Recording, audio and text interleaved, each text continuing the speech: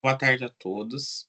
Eu sou o André Tobias, eu sou monitor de direito do trabalho, de processo do trabalho, e hoje a gente vai fazer uma revisão do conteúdo da P1 de vocês. Vou me apresentar um pouco mais por ser a primeira monitoria, falar um pouco de mim, um pouco sobre o motivo de eu também ter escolhido a matéria. Atualmente eu estou no último semestre da faculdade, no 10º período. E processo do trabalho e direito do trabalho sempre foram 2 matérias que eu tive muita afinidade, tanto é que foram as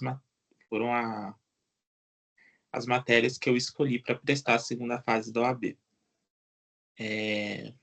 Tanto os princípios do processo do trabalho, ele mostra uma justiça mais inovadora, mais célere e uma forma mais acessível. Esse é o principal motivo que eu, André, escolhi o processo do trabalho. Vamos iniciar a minha primeira e última monitoria. Vamos retomar um pouco o que foi falado na monitoria anterior, do monitor Tiago. Ele falou com vocês um pouco sobre os princípios do processo de trabalho. Eu vou retomar desse ponto, vou trazer 2 princípios que são essenciais para falar sobre qualquer assunto do direito do trabalho e processo do trabalho. Não tem como eu iniciar essa aula de processo do trabalho sem incluir a importância do princípio da igualdade das partes. Embora o direito do trabalho material tenha consigo a import, a, ele, em sua regra, é pro labore, em a maioria das decisões vai, na dúvida, vai favorecer o trabalhador. O direito processual trabalhista, ele não tem esse princípio com ele. Por quê? Todo direito processual, em regra, ele vai tratar sobre matéria de ordem pública. Então, vamos relembrar o princípio da igualdade das partes antes de trazer alguns conceitos para vocês. Outro, outro conceito, outro princípio que não tem como iniciar essa aula sem retomar é o princípio da celeridade e da oralidade. O processo do trabalho tem como regra ser muito célere, muito rápido, e dentro da sua composição processual vai ficar evidente na aula de hoje, né? Porque vamos falar de jurisdição, competência, petição inicial e também vamos falar sobre um pouco de contestação e suas exceções. O processo do trabalho, ele não dura anos, 5 anos, 7 anos, igual um processo civil. Ele tem a sua duração um pouco mais rápida, né? Em média, um processo de trabalho dura 2 anos.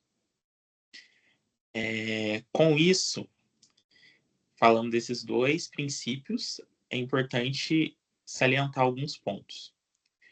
Quando se fala em processo do trabalho, ele não existe um código que vai compilar todas as regras do processo do trabalho. O processo do trabalho, ele usa, em regra, o fato de ser subsidiário do Código de Processo Civil. Ou seja, quando uma decisão, na fase de conhecimento, não tem previsão processual dentro da CLT, é utilizado o Código de Processo Civil. Agora, em caso de fase de liquidação da sentença, que é a fase de execução, em falta de alguma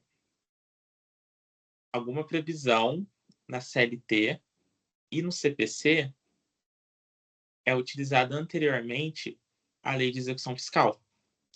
Ou seja, a lei de execução fiscal ela vai ser subsidiária antes do CPC na fase de liquidação. Retomamos alguns pontos, alguns princípios dentro do direito do processo do trabalho. Vamos iniciar a aula falando um pouco sobre o que é jurisdição. Agora eu vou colocar para vocês na tela os slides para vocês acompanharem junto comigo.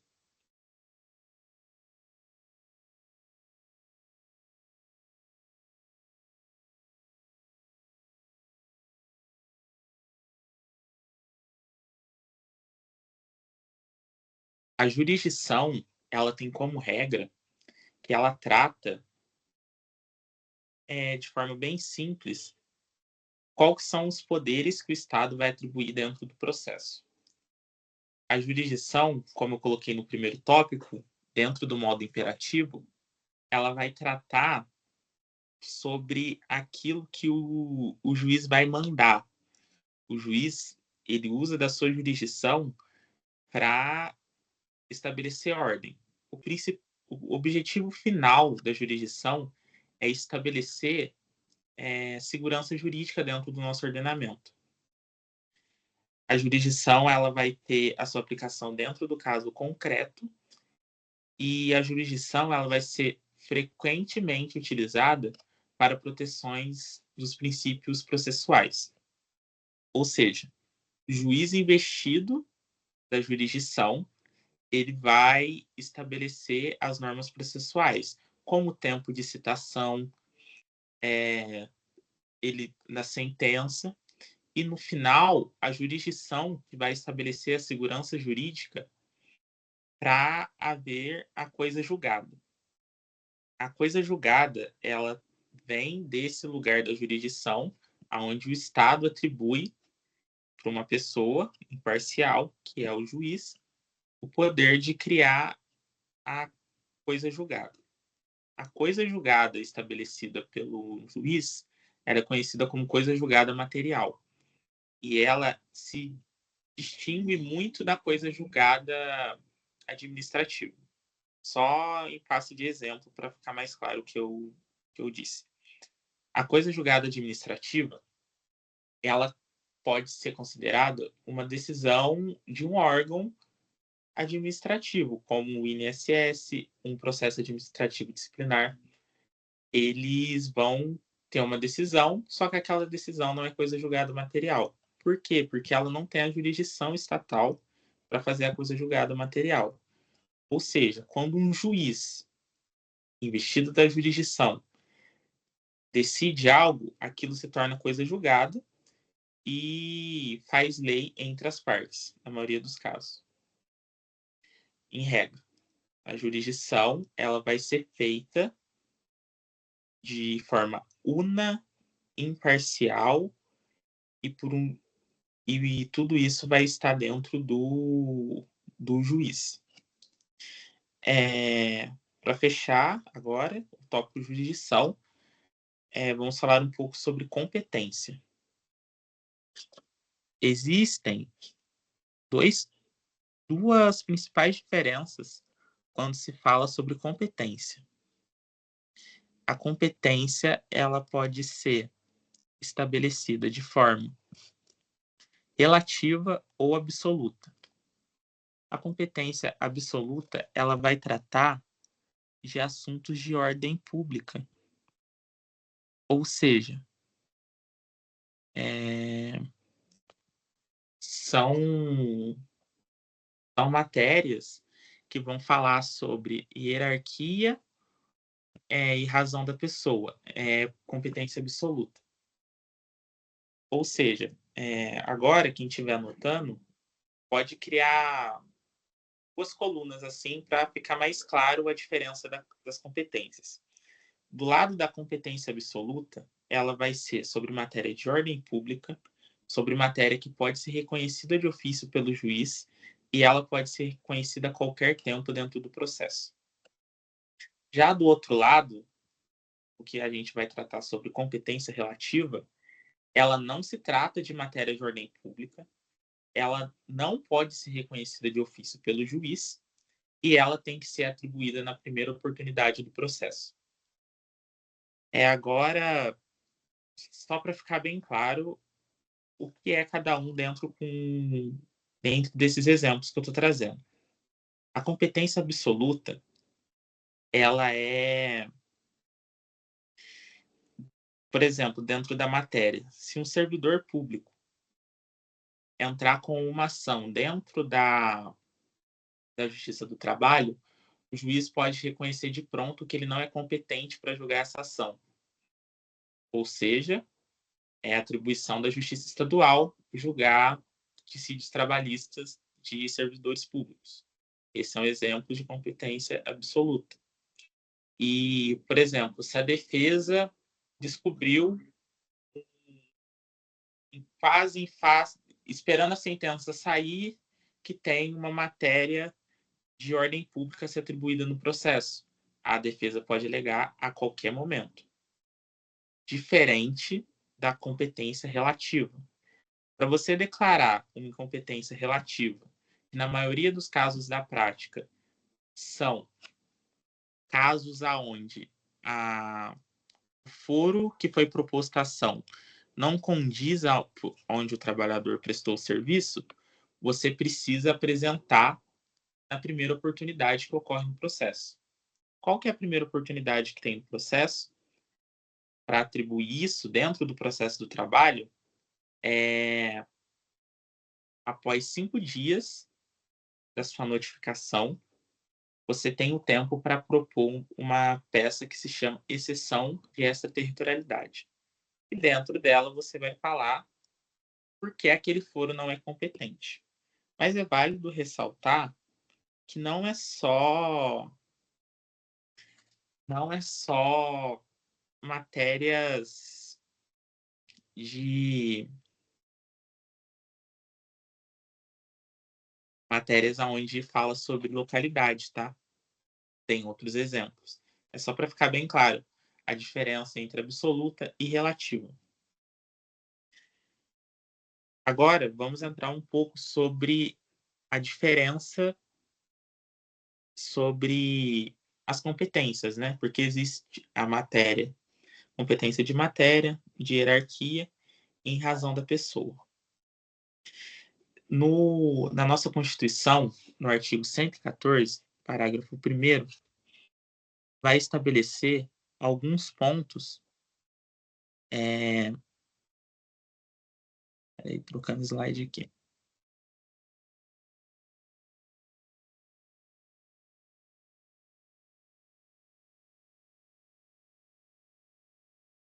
Vai estabelecer alguns pontos materiais sobre a competência. Em regra, todos os trabalhadores estão no guarda-chuva da Justiça do Trabalho. Tanto trabalhador doméstico, trabalhador avulso, trabalhador CLT. O único empregador que, de pronto, nós enxergamos como trabalhador que não vai propor uma ação na Justiça do Trabalho são os servidores públicos. E a Justiça do Trabalho, ela também não é apta para julgar ações de honorários advocatícios. Essas ações têm que ser atribuídas à Justiça Estadual. Já é pacífico o entendimento do STF sobre esse tema. Além disso, tem outras matérias que são de competência da Justiça do Trabalho. A competência da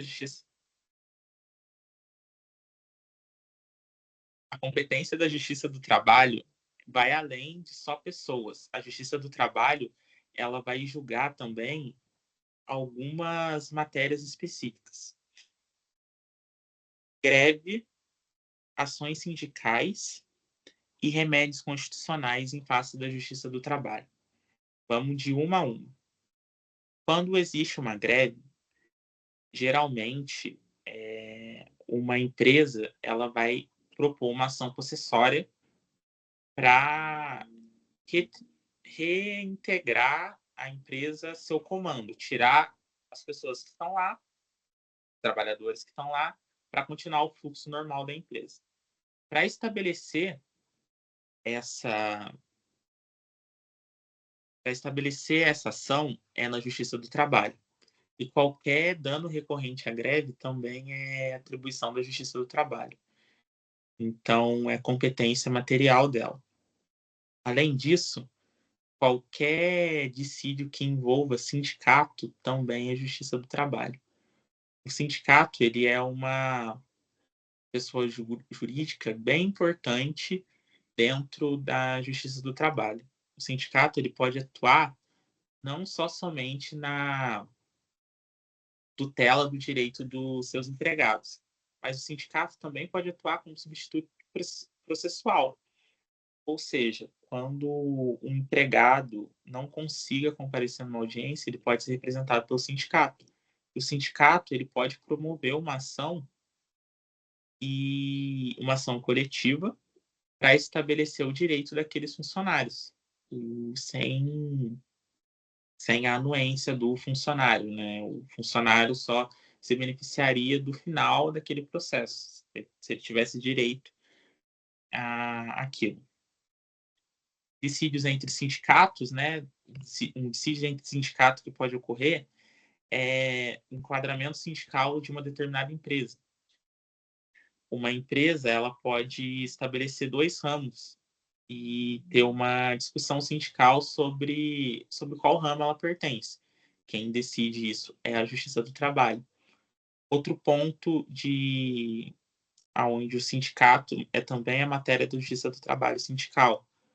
Acordo coletivo, convenção coletiva. Creio que vocês já tenham visto a diferença de acordo coletivo, convenção coletiva. E caso uma convenção coletiva tenha muitas controvérsias, é levada ao, à Justiça do Trabalho para que ela resolva. Além disso, também é possível você propor um remédio constitucional dentro da Justiça do Trabalho. Não é comum na prática, mas tirando o mandato de segurança, mais para frente vocês vão ver que é a única ferramenta para ser usada como decisão interlocutória na Justiça do Trabalho. Tirando ela, também cabe habeas corpus, habeas data, qualquer outro remédio constitucional pode ser impetrado dentro da Justiça do Trabalho. Eu já falei sobre a matéria, eu já falei sobre a hierarquia e eu já falei também sobre a razão das pessoas. Agora, eu vou até abrir a câmera para falar com vocês, para retomar os assuntos que a gente falou. Trouxemos um pouco sobre o que é jurisdição, o que é competência, a diferença entre a competência relativa à competência absoluta e, e agora, o que acontece quando tem uma competência discutida? Um ponto que eu não trouxe para vocês antes de iniciar essa indagação que eu trouxe é: será que um país gigantesco igual o Brasil, existe várias do trabalho em todas as localidades? Não. No Brasil acontece em alguns pontos não terem para do trabalho. E existe previsão legal caso isso não aconteça. Caso isso não aconteça, a Justiça do Trabalho ela atribui a um juiz estadual o poder de julgar relações oriundas do direito do trabalho. E agora vamos falar um pouco sobre conflitos de competência. Só para deixar bem claro, o conflito é entre TJ, que é o Tribunal de Justiça, e o Tribunal Superior do Trabalho, ele é decidido pelo STF. Não somente isso. Uma ação de danos acontece um acidente numa determinada empresa. O empregado ele tem como jurisdição competente a Justiça do Trabalho. É ali onde ele vai reparar os seus danos decorrentes daquele acidente. Porém, a Justiça do Trabalho vai se limitar a isso.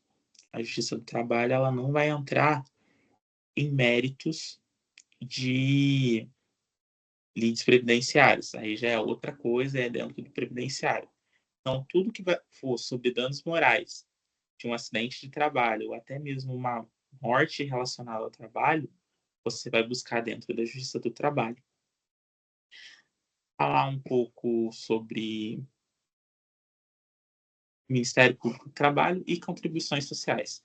O Ministério Público do Trabalho, ele basicamente atua como Ministério Público normal e ele tem como premissa, assim, que vocês vão ver mais dentro da prática, o Ministério Público do Trabalho, ele trabalha contra a escravidão, trabalhos análogos à escravidão e trabalhos infantis. Mas o Ministério Público do Trabalho, ele investiga, ele pode propor ações para punir possíveis crimes dentro do ambiente do trabalho. Agora, fechamos competência, vamos falar um pouco sobre o valor da causa. Dentro do processo do trabalho,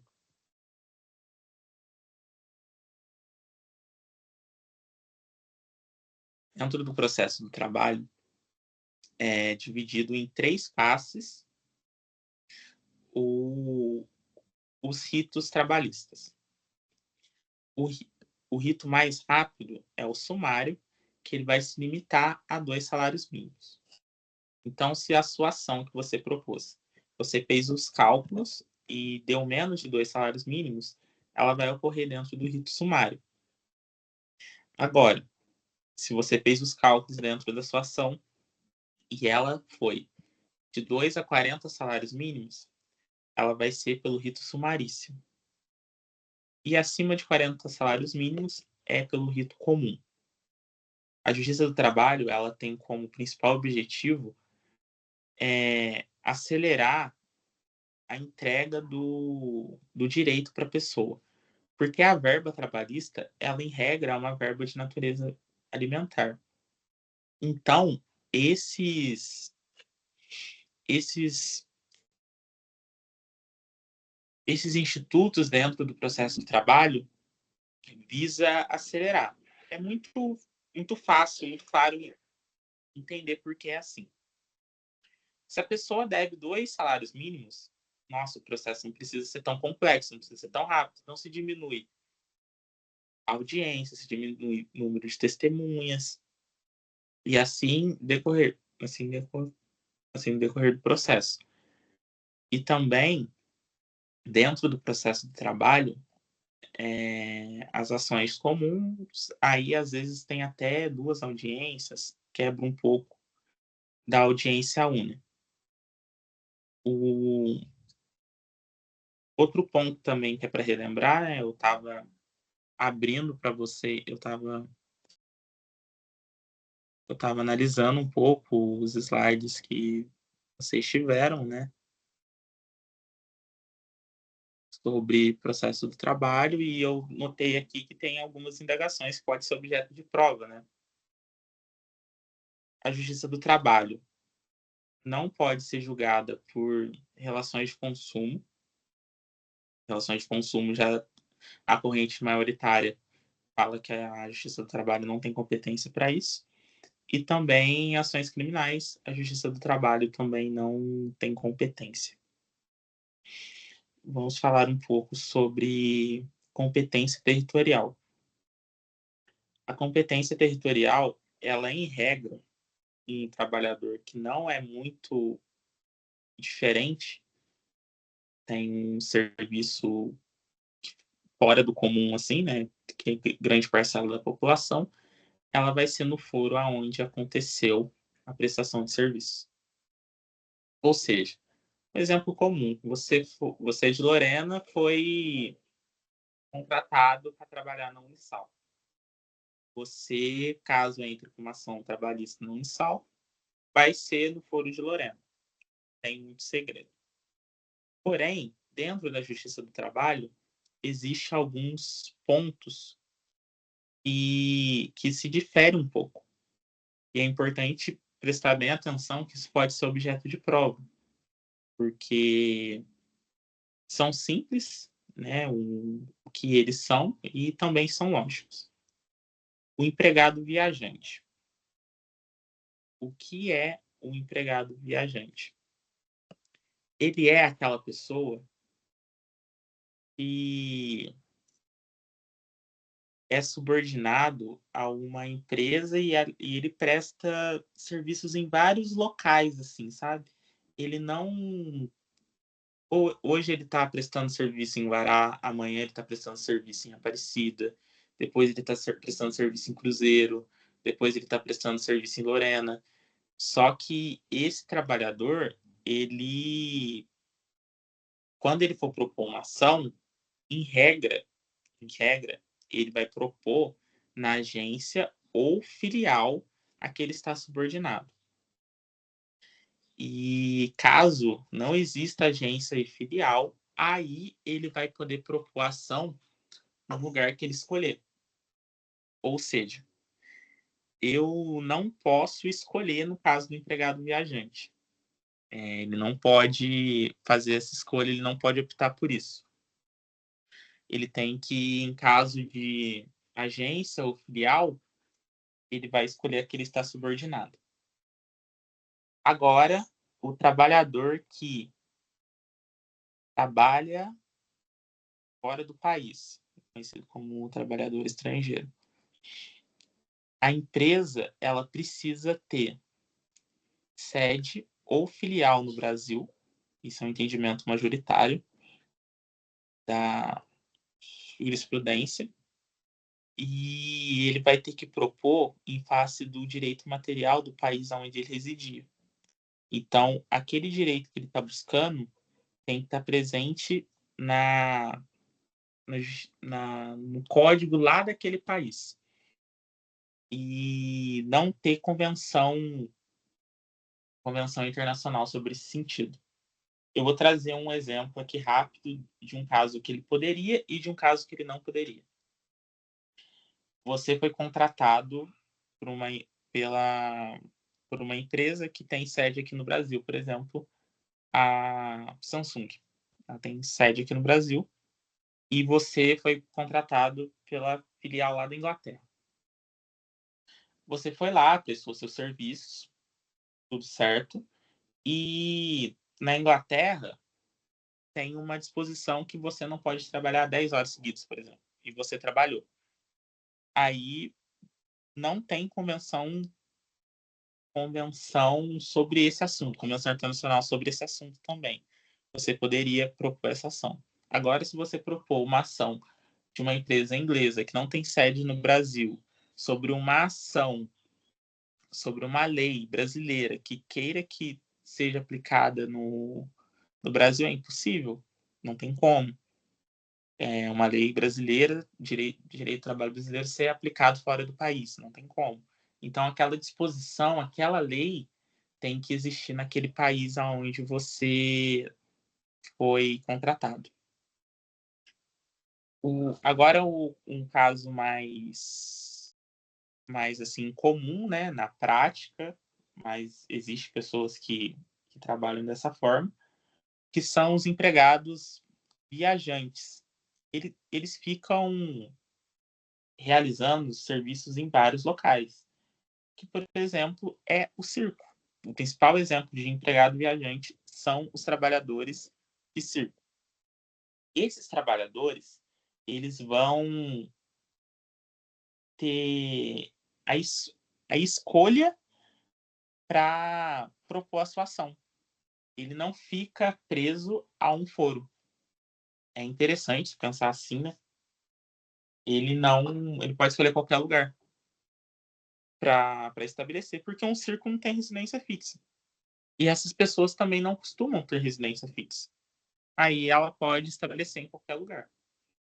O maior exemplo disso é você pensar num palhaço de circo, ele não teve salário pago, ele pode estar na cidade que ele nasceu e ajuizar a demanda. Ele também pode ajuizar a demanda no lugar onde não pagaram ele. Ele pode ajuizar a demanda na cidade onde ele mais gostou. Tanto faz. Ele pode escolher. Nesse caso, o empregado viajante, que estabelece a função, A sua empresa, ela estabelece a função em várias localidades, pode escolher aonde ajuizar a sua ação.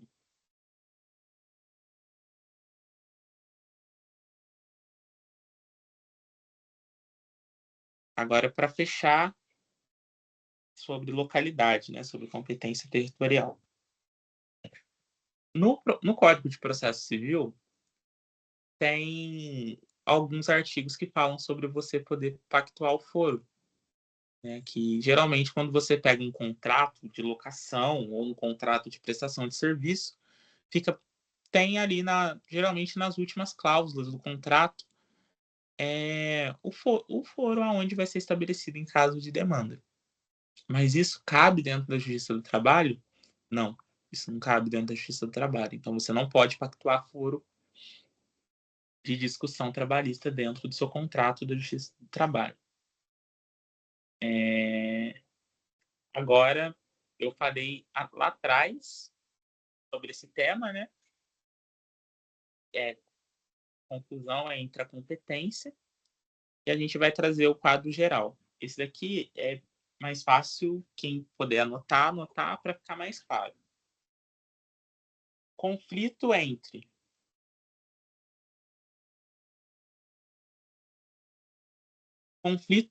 varas do trabalho. Quem decide é o TRT da região. Vara de trabalho de Cruzeiro contra vara de trabalho de Lorena. As duas decidem que aquela ação é minha. Eu sou juiz competente para julgar. Elas levam essa ação ao TRT. Se uma vara do trabalho discute com um juiz investido, que é aquele juiz que eu trouxe lá atrás para vocês o conceito, que aonde a Justiça do Trabalho não consegue estabelecer a sua jurisdição, ela dá a um juiz estadual o poder de julgá-la, quem decide isso é o STJ.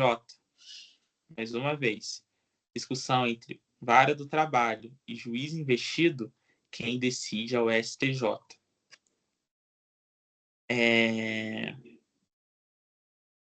Justiça entre conflito de competência entre TRT e TRT, quem define é o TST. Entre vara do trabalho, aqui de Cruzeiro, e uma vara do trabalho de longe, lá do Amazonas, por ser de TRTs diferentes, quem vai estabelecer vai ser o STJ. Ou seja, Cruzeiro, Lorena, mesmo TRT. Quem decide são eles. Cruzeiro, Manaus, TRTs diferentes. Quem decide é o TST. E a mesma coisa se for um TRT e uma vara não vinculada a ele. TRT 15 de São Paulo, com uma demanda de competência contra uma vara do trabalho de Manaus. Quem vai decidir é o STJ.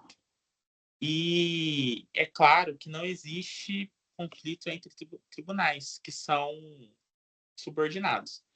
Então, nunca vai existir um conflito de competência entre o TRT 15 e a vara do trabalho de Cruzeiro. E nunca vai ter um conflito de competência entre o TRT e o TST. Isso daí é regra. Tribunal, se eles estiverem assim vinculados, não existe conflito de competência.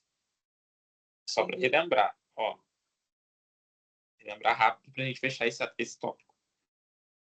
Vara do trabalho e vara do trabalho, quem decide é o TRT da região, se as duas varas forem da mesma região. Vara do trabalho e um juiz investido, um juiz estadual investido, quem decide é o Supremo Tribunal de Justiça. Cabe ao TST julgar as seguintes conflitos de competência. TRT contra TRT, TRT de regiões distintas, o TRT de São Paulo contra o TRT do Amazonas. Quem vai decidir isso é o TST. Vara do trabalho vara do trabalho de regiões diferentes. Quem decide é o TST. Não vai ser o TRT de uma das varas, é o Tribunal Supremo do Trabalho que vai julgar. E, por último, TRT e uma vara distinta que não seja subordinada a ela, quem vai julgar é o TST. Vamos fechar agora sobre competência, jurisdição e vamos entrar em ação sobre as ações trabalhistas.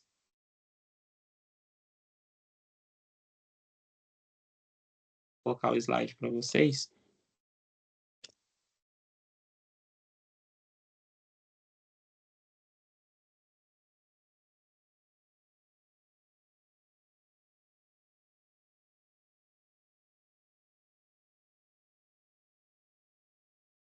As ações trabalhistas, elas têm muito do processo civil, afinal, de certa forma, o processo do trabalho acaba bebendo da mesma fonte.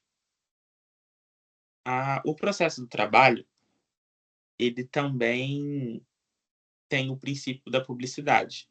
Todos os atos são públicos, exceto em casos de mitigação, que são de segredo de justiça.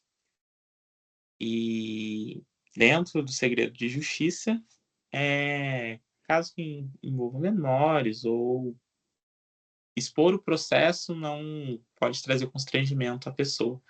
Aí vai ter caso de processo de justiça, o mesmo de outras as regras processuais.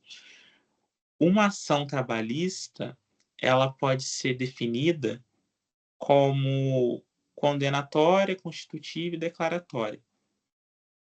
A condenatória é para assegurar seu direito, a constitutiva te dá o seu direito e a declaratória, ela vai declarar algo. Um exemplo de ação declaratória é uma ação que vai falar sobre o tempo que você trabalhou naquela empresa.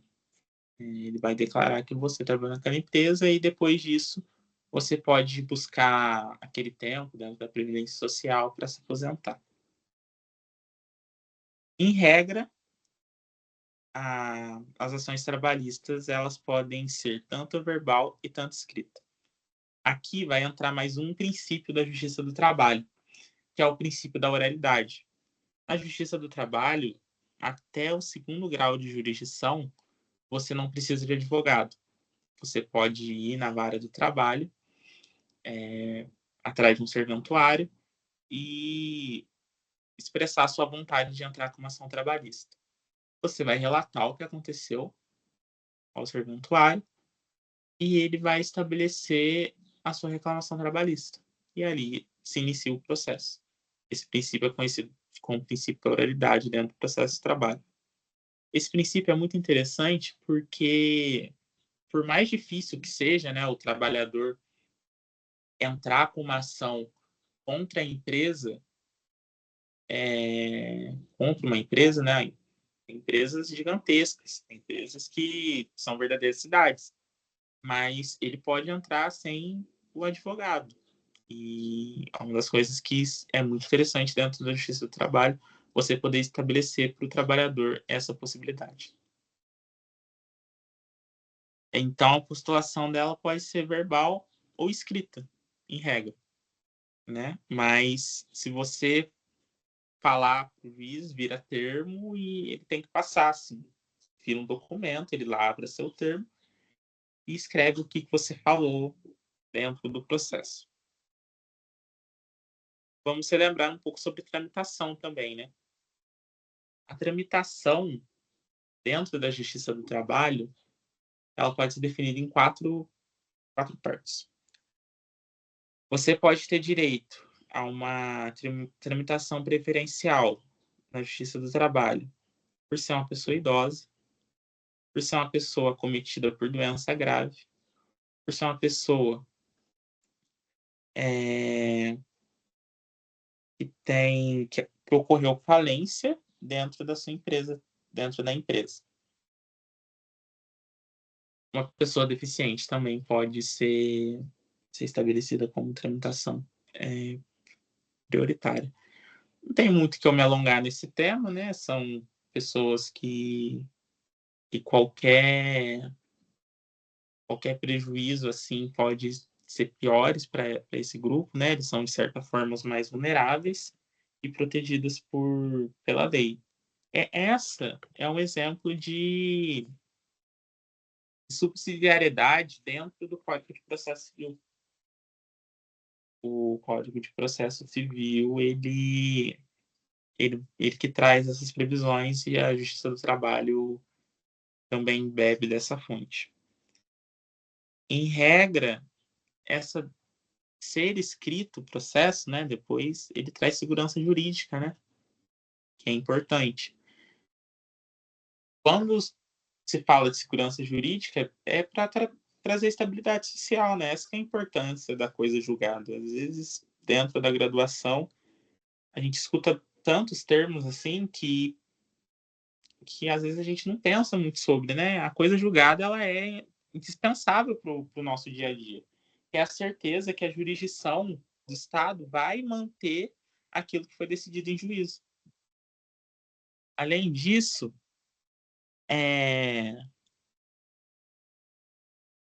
em regra, em português, os processos, né? Igual ao processo civil, e ele só vai ter uma exceção quando uma pessoa for estrangeira, ela vai falar na língua dela, e uma pessoa juramentada vai pegar aquela que ela falou e vai trazer para o processo. Agora, voltando aqui um pouco para o slide. Um processo ele é feito entre as partes, autor e réu. Dentro do processo do trabalho, autor e réu são conhecidos como reclamante e reclamado. Quem propõe a ação é o reclamante e quem recebe a ação é a reclamada. O juiz, dentro do processo, né, que ele também faz parte do processo, vestido da sua jurisdição, uma pessoa imparcial, voltando lá atrás, ele pode ser estabelecido de 3 formas: dentro de um despacho, de uma decisão interlocutória e da sentença. O juiz, quando ele vai falar sobre despacho, ele está mandando as partes fazerem alguma coisa, mas ele não está decidindo nada. Ele vai falar, intima-se as partes. Ele não está decidindo nada, ele só está mandando. Decisão interlocutória é quando o juiz, de uma certa forma, decide no meio do processo. O principal caso de decisão interlocutória é uma tutela, né? Quando você entra com tutela provisória, o juiz ele defere decisão interlocutória. E a sentença, que existe 2 tipos de sentença, a definitiva e a terminativa. Uma vai julgar o mérito e a outra vai julgar a forma do processo. A terminativa, a sentença terminativa, ela dá fim ao processo por conta da forma, e a definitiva, ela faz coisa julgada, pois ela vai julgar o mérito do processo. Agora, no processo do trabalho, que tem um instituto que é meio diferente do processo civil, que é a notificação. A notificação no processo do trabalho, ela ocorre num prazo de 48 horas e ela é diferente de uma citação e de uma intimação. Ela é quase um elemento sui generis do direito. Ela não é uma intimação e ela não é uma citação, ela se chama notificação. A notificação, ela é sempre que entregada em 48 horas e não foi devolvido pelo pela pessoa que entregou no lugar, a pessoa traz assim, não encontrei ninguém, não existe essa empresa, não existe esse empregado. Ela é presumida recebimento. E cabe à parte que recebeu essa notificação negar que não houve aquele recebimento. E é importante salientar que, às vezes, acontece, né, da pessoa falar, nossa, mas essa notificação nunca chegou na empresa. Ah, mas quem recebeu essa notificação foi o segurança, foi o vigia. Para a Justiça do Trabalho, isso pouco importa. Para a Justiça do Trabalho, uma vez que foi entregue na sede da empresa, aquela ação pode continuar. porque foi entregue. É isso que a Justiça do Trabalho entende sobre notificação. É presumido o recebimento dessa ação. E aí, o que acontece se não conseguir notificar? Se você não conseguiu notificar a pessoa, você vai tentar seguir outras regras do Código de Processo Civil, que é a citação por edital. É o último caso. Antes da citação por edital, o juiz vai tentar mandar um oficial de justiça no lugar. Vai tentar uma citação por hora certa. Citação por hora certa, você vai definir um local exato para tentar achar a pessoa ali. E a citação para o oficial de justiça é autoexplicativa. E você pede para o oficial de justiça ir no lugar e intimar a pessoa. Falando sobre notificação, agora os prazos trabalhistas. Em regra, os prazos trabalhistas são de 8 dias, né? Em prazos recursais são de 8 dias. Os prazos trabalhistas para interpor embargo de declaração também são 5 dias. São 5 dias para você apresentar a sua exceção de extraterritorialidade, e a contestação você pode apresentar até no momento da audiência.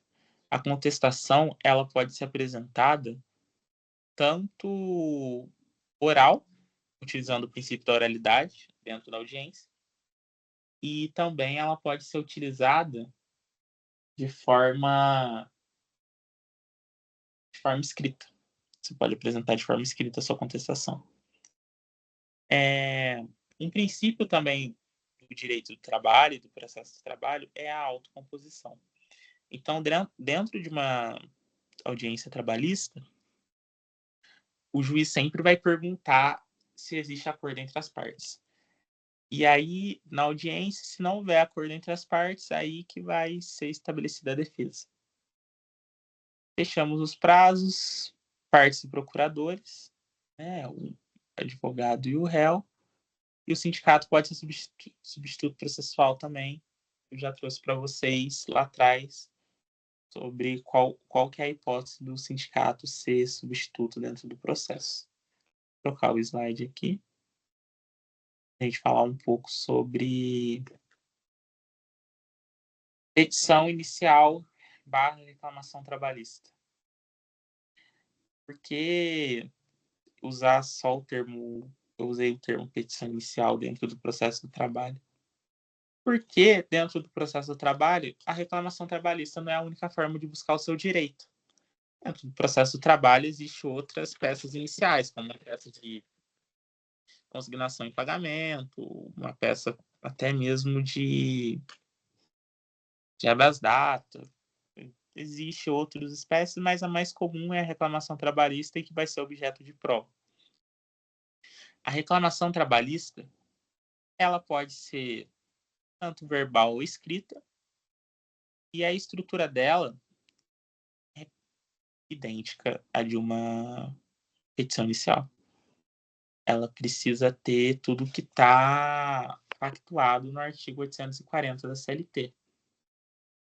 O artigo 840 da CLT, ele vai estabelecer que uma reclamação trabalhista precisa ter os seguintes tópicos dentro da sua estrutura. Ela precisa ter a designação do juízo, a qualificação das partes, dos fatos, que é uma breve exposição dos fatos, e esse pedido ele tem que ser certo, determinado e com a indicação do seu valor, tendo a data e a assinatura do reclamado. Então, ela vai beber também do mesmo artigo da Justiça do Trabalho, da Justiça Comum. Agora, para finalizar a nossa monitoria, a gente vai falar um pouco sobre o último tema. Vocês vão cair para vocês, né? É o último slide também. Carregando aqui. É,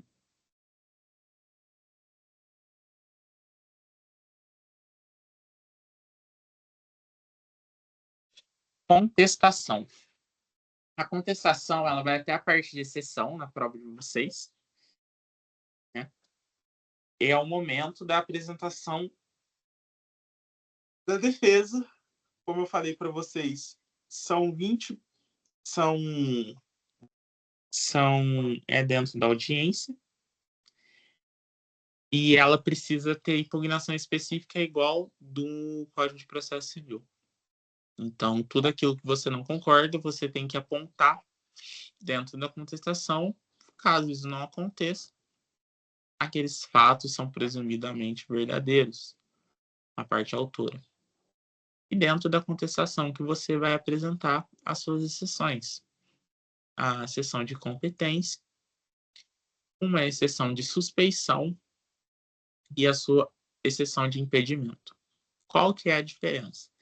A exceção de competência é aquela que eu falei com vocês sobre competência material, de pessoas e também sobre a matéria. A exceção de suspeição é quando um juiz ele é suspeito para julgar aquela ação. Então, suspeição vem de subjetivo, vem de algo subjetivo. Creia-se que aquele juiz investido da sua jurisdição não é imparcial para julgar aquele processo. Ele pode ser amigo de uma das partes, inimigo de uma das partes. Então, é naquele momento que você atribui a sua exceção de suspeição. E a exceção de impedimento já é mais objetiva, né? Tem no Código de Processo Civil todas as hipóteses. E dentro delas vão estabelecer sobre quem não é pai não pode julgar processo de filho. Se você já foi advogado dentro daquele processo e for o juiz, você não pode julgar também. Então, por hoje é basicamente isso. Esses 4 tópicos, né? O Thiago trouxe para vocês a primeira parte de processo de trabalho para retomar alguns pontos para a prova de vocês. Qualquer dúvida, eu estou à disposição de vocês, tanto pelo meu WhatsApp da editoria. Eu vou pedir para o Matheus criar o link, né? Eu preparei algumas questões para vocês responderem antes da prova, tem um gabarito dentro das questões. E também um pequeno resumo na prova. É válido vocês relembrarem alguns pontos, né? A diferença entre competência absoluta e relativa. Uma é matéria de ordem pública, a outra não. O que são as exceções, em qual momento elas podem ser atribuídas, que é na primeira fase de processo. As exceções que vão falar de territorialidade são as exceções relativas e a de matéria de ordem pública a qualquer momento. Também é importante vocês lembrarem que a reclamação trabalhista ela é em sua regra escrita e verbal, e também a contestação, impugnação específica, alguns conceitos que são do Código de Processo Civil. Então, eu vou encerrar a monitoria. Se alguém tiver alguma dúvida sobre algum assunto específico, pode mandar.